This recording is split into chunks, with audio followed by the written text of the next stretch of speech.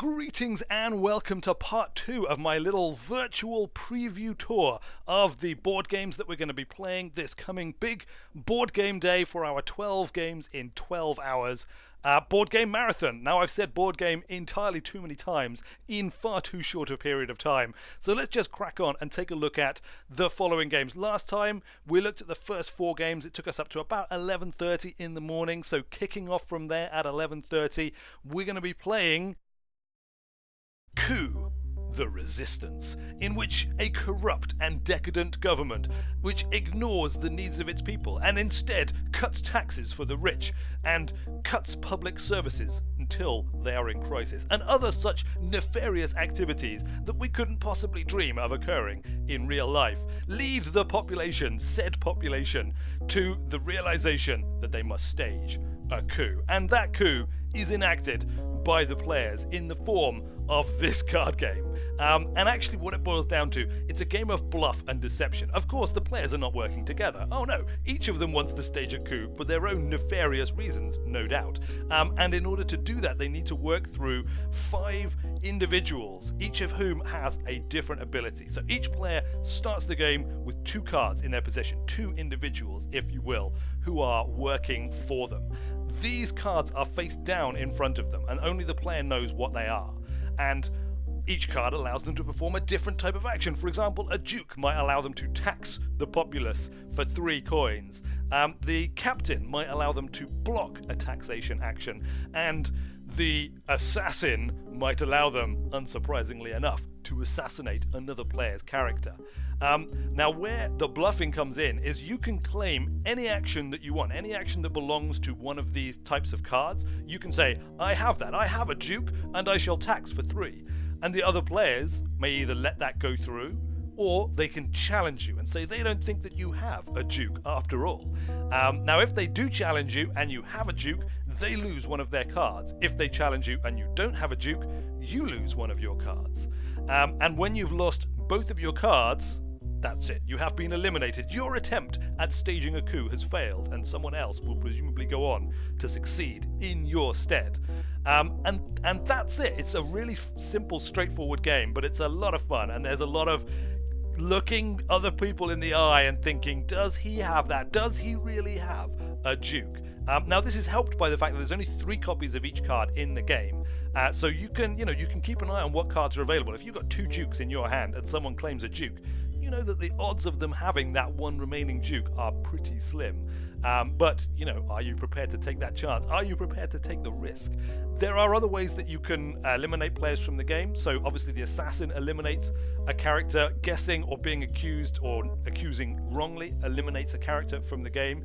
And you can also earn 7 coins and just spend money. You can just buy a character out of the game. And it runs around pretty quickly.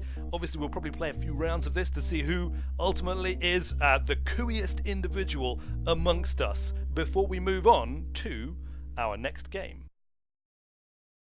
Sons of Anarchy, which sadly I couldn't find a module for on Tabletop Simulator, so I'll just stick some images up on the screen. Sons of Anarchy is a game of the TV show, so if you've seen the TV show, well, you'll probably know more about it than I do, having not seen it. But I hear very good things about it. Basically, the idea is you take control of a biker gang, a North American biker gang, and you have to recruit new members. You have to go out and kind of like dominate certain areas, certain criminal activities, gain contraband, gain guns, and most importantly, gain money. It's all about the money. Money ultimately is how you win when the game is over. The person with the most money, the biggest pile of ill-gotten gains, if you will, is the winner. Along the way, you can interfere with each other's operations. You can move your biker gang in to try and take over territory that's currently controlled by another biker gang. You can have a throwdown, you can pull guns. It's all good, wholesome fun, I have to say, and a really good game. I played it for the first time just yesterday, and I'm really looking forward to playing it again on Friday. I think it should be a lot of fun. Exploding Kittens, which, as the name implies, is a game in which furry felines explode and eliminate the player who draws them. Essentially, it's a bomb in the deck game. So each player takes it in turns to draw a card from the deck. If that card is a kitten, is an exploding kitten, then they are blown up and eliminated from the game unless they have a diffuse card. And there are various ways that you can control. There's not a lot of levers in this game, but you've got the ability to potentially draw cards from other people's hands. You've got the ability to look at the deck and reorder it, which obviously, you know, can lead to a lot of fun for causing the next person to definitely have to deal with an exploding kitten. And as the deck shrinks, obviously the odds of running into an exploding kitten increases until basically everybody's been eliminated from the game. And that's it. It's that simple. And, you know, I have to say, actually, this is a lovely module. I think this looks like an official module, actually, for Exploding Kittens. It's got a lovely background. It's got all the stuff here. It even comes with this in-game tablet with the rules of the game on it. Isn't that cool? It's like literally it's an in-game tablet with a web browser open with the rules of the game on it. I mean, that's pretty awesome. If you want to try out Exploding Kittens with some friends and you all have Tabletop Simulator, this is definitely the place to be. It's a party game. It's really simple. It's best enjoyed with your friends, and it's more about the interaction than it is about the mechanics of the game. It's almost certainly, in fact, by a considerable margin, it's the lightest game of the day that we'll play. It's by far and away the simplest. Anyone can play this game, literally anyone, which maybe goes some way to describing or some way to explaining why it did so phenomenally well on Kickstarter. This game kickstarted a couple of years ago, and it made millions on Kickstarter, which, you know, if for the board game designers out there who've tried to kickstart things and maybe barely scraped by or not quite managed to succeed, this is one of those games where they might look at it and go, what? But you know what? It does what it does really well, and it's really super quick and simple to play. So if we have time, we'll play a few rounds of this. If we're running a bit shorter time, then we'll play just the one round, just to kind of show the game off and generally cause somebody, or in fact everyone but one of the players, to be destroyed by an exploding cat. I mean, what could be better than that?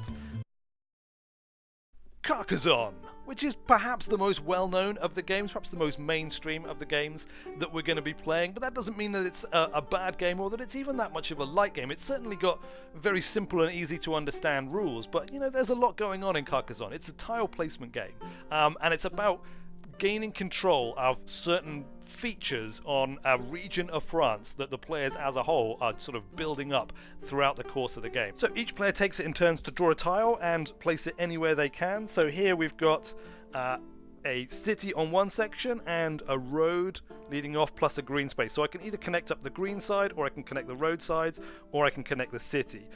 So here what I could do is I could put it like that, which would complete a city section and allow me to score the city immediately. I'd get a little guy, I'd place him on the city, but because the city was enclosed, I would immediately score the two sections of the city and increase my score. Or I could place it, for example, like that. All the sides have to match, by the way, so the road matches there and also the green side matches there. I could put my guy down either on the road if I wanted to, and then when the road eventually completed, I would score the road, or I could put him down on the city and hope that I can complete the city at some point in the future. So there's quite a lot of interplay going on. As I said, obviously other players will then go and they might compete with me for a city, or they might compete for the road, and various other entertaining things like that.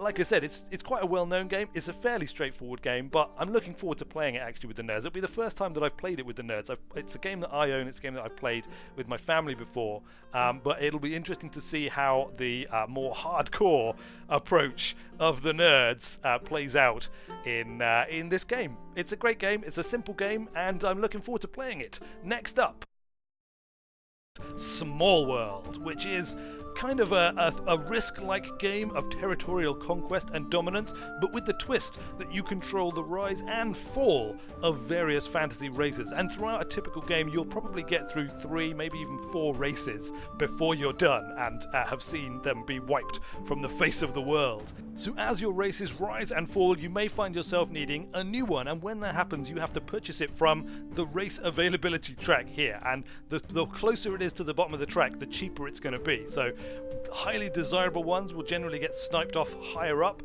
and therefore it's kind of an auto-balancing system, which is quite nice. And races come out with both a racial power and also a special power which combine together to create your total race effect. So, for example, here we have spiritual Amazons at the top. Coming further down, I'm trying to do this like this. I'm going to immerse. It's time to jack in here. So we have Spirit Amazons, we've got Heroic Trolls, which, I mean, clearly sound pretty awesome. We've got Dragon Master Ghouls, and we've got Bivouacking Wizards. Well, I mean, there's no prizes for guessing which of those I would go for. I would totally go for the Bivouacking Wizards. Also, they happen to be at the bottom of the track, which means they would be free, which is awesome. Whether they would ever get to the bottom of the track, I don't know. It would depend on how much people valued their particular combinations. And at any given time, you can have one kind of active race, and you can have one race which is in decline. When you put a race into decline, it means you get to choose a new race, but you're no longer able to control your current race. All the units that are currently on the board remain on the board and will continue to score for you, but because you can't replenish them, you can't do anything, you can't move them, like they'll generally get picked off by other players fairly quickly. And that's the gist of what you do. It's all about territorial control. It's expanding the influence and power of your race, making as many gains from it as you can when they're at the height of their power, and then as you lose units, as they become less and less effective, the point will come where you go, right, I'm going to put this race into decline, I'm going to buy a new race, you know, maybe because you've seen a choice one come up and become available within your affordability range, and then you'll put that one into play, you'll get a bunch of new units, the cycle begins again. And it's a really cool game, I have to say. It's got a lot of nice touches to it, and it has a properly epic feel to it as you chart the rise and fall of your various and assorted races. So I'm looking forward to playing it. Love Letter. In Love Letter, you play rivals vying for the princess's attention, who, if you can just get your love letter delivered to, she will presumably fall madly in love with you and marry you, thus giving you your happily ever after, not to mention a kingdom, which, you know, who doesn't want a kingdom? Now, in order to get her to receive your love letter, you're going to have to work through her courtiers.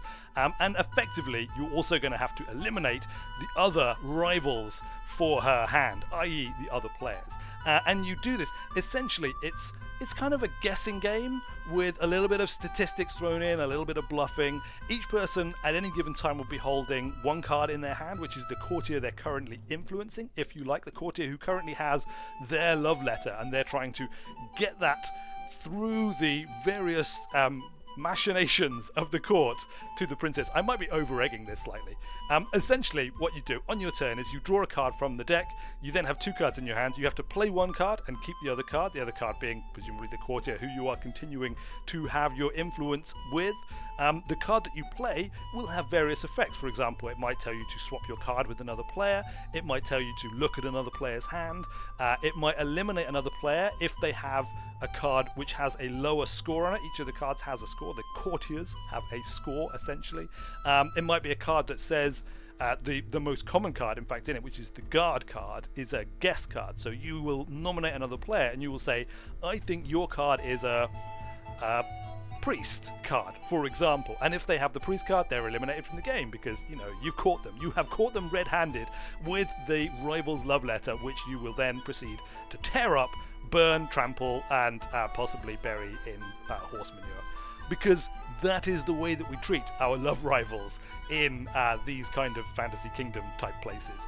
And that's it. It plays very, very quickly. There's a very limited number of cards in the deck. If you go through all the cards in the deck, then the person with the highest score remaining is the one who wins. But normally everyone will get eliminated apart from one player, basically, who, being the last man standing, gets to deliver his love letter. It's played over a series of rounds. Presumably one love letter is not sufficient to woo the princess. She needs to receive 3 love letters before she will declare her undying love for you and marry you, and give you the kingdom and all of the sundry benefits that come with it. So that's it, Love Letter. Very simple, quick little game, but a lot of fun. This is a game that comes out a lot on our nerd groups when we've got an extra kind of, 10, 15 minutes at the end of a night and we want to just kill some time. We don't want to go home straight away. And so we play a bit of Love Letter. We engage in courting princesses. What can I say? Moving on from Love Letter, our next game, Drakon. You delve into a dark and terrible dungeon with your bold, heroic adventurer type who is hellbent on, plundering it for all its gold. That's basically what drives adventurers forward. It's the main driving force for anyone choosing to become an adventurer. It's gold. You want gold. And gold is what you will find. And you can either get it from the dungeon itself, or you can steal it from other players through various and assorted means. And what makes Drakon a little bit different is it's more a game of constructing an engine to get gold and to win you the game than it is necessarily about exploring the dungeon. So on your turn, you can either draw a tile, play a tile, which is effectively a dungeon room, or move your character. And when you play a tile down, sometimes that will trigger something, but most of the time when you move into a dungeon room, it will trigger the dungeon tile's effect. So, for example, there's a dungeon tile that gives you 1 gold. So ideally what you want to do is you want to create a little loop of dungeon that lets you get gold and possibly do other kind of interesting shenanigans and things. And other players will be trying to interfere with that, or possibly just piggyback on your one and kind of like run around with you, getting lots of gold and what have you. And the thing that makes that a little bit more complicated is you can't ever move backwards. The rules for tile placement and the rules for moving around the dungeon require you to follow the arrows, and arrows can only ever flow in one direction, typically. There are some things that can break those sorts of rules, but that's the gist of it. So this is the board in front of me, and here's what I mean. I don't know if you can see this. Hopefully you can see this. But for example, on this tile, there is a little arrow going forward here. So this person, if the player decided they were going to move on their turn, they could only move here because that's the only arrow that they've got. And they've actually got a little sort of loop set up here. So in theory, on each of their turns, they could move there, they could move there, which is a steal a gold tile. So they would then steal a gold from another player, then they would move on, they would gain a gold by going there, they would move there, which would allow them to move the Drakon figure, who of course is rampaging around the dungeon, trying to kill and eat the various and assorted other players out there, which of course is another good way to ruin somebody's day.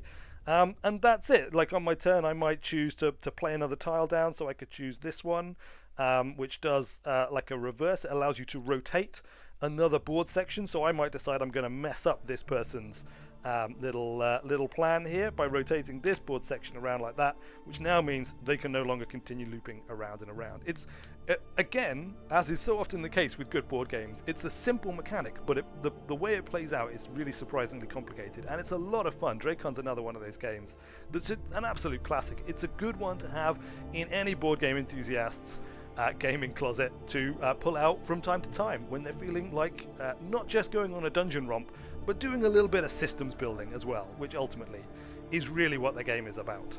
So there we go, that's Drakon. You can play various different characters, they have different abilities.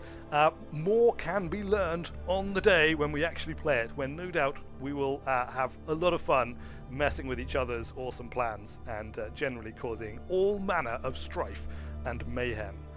And so we come at last to our final game in our epic 12-hour, 12-game marathon event. And what else could it be? What else could we finish on but a wizarding game? And not just any wizarding game, but a wizarding game in which wizards engage in a little bit of warfare on one another. It is, of course, Wiz War. Now this is a classic game. It's been around for a really long time. It's gone through loads of editions, and there's a reason for that. I mean, it's a great game. It's a pretty chaotic game, it has to be said, but then, you know, wizards are pretty chaotic people, so that's not entirely surprising.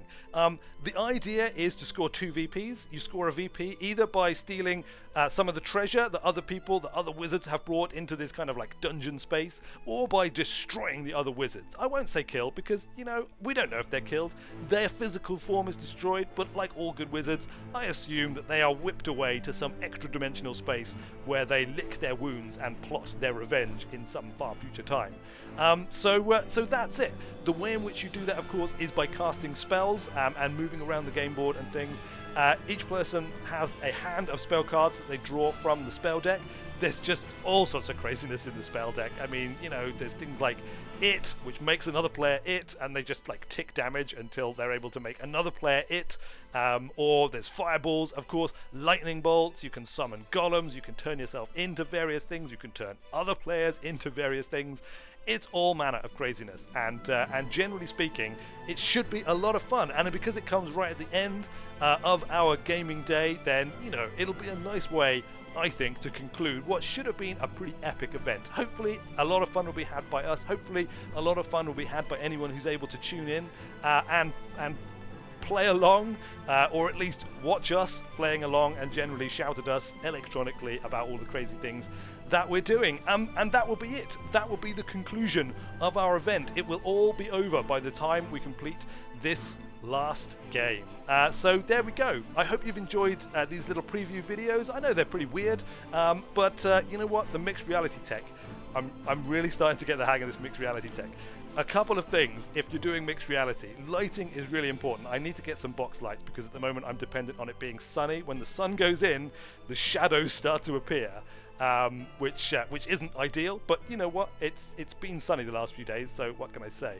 I've also managed to get the resolution up. I don't know if anybody's noticed that.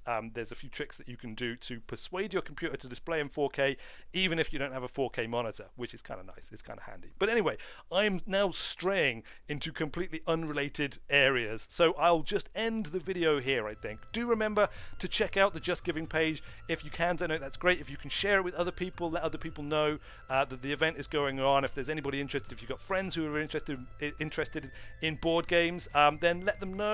It would be great if we can get a few people into the stream. Obviously that would be amazing, but in the end it's all about the children, and it's all about raising a little bit of money and of course having a bit of fun. So until the event actually begins on Friday, thanks a lot for watching, everyone. I have been Weird Wizard, and I will see you later.